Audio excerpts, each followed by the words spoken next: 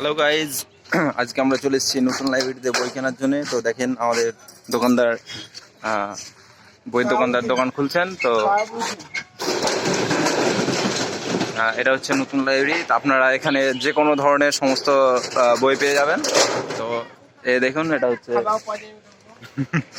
নতুন লাইব্রেরি। হ্যাঁ,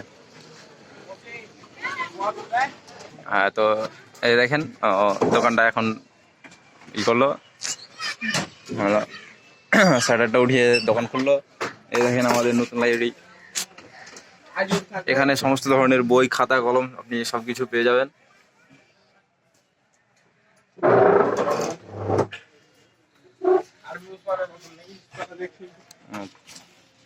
এটা হচ্ছে দোকানের সামনের ভিউ, আপনারা দেখতে পারেন।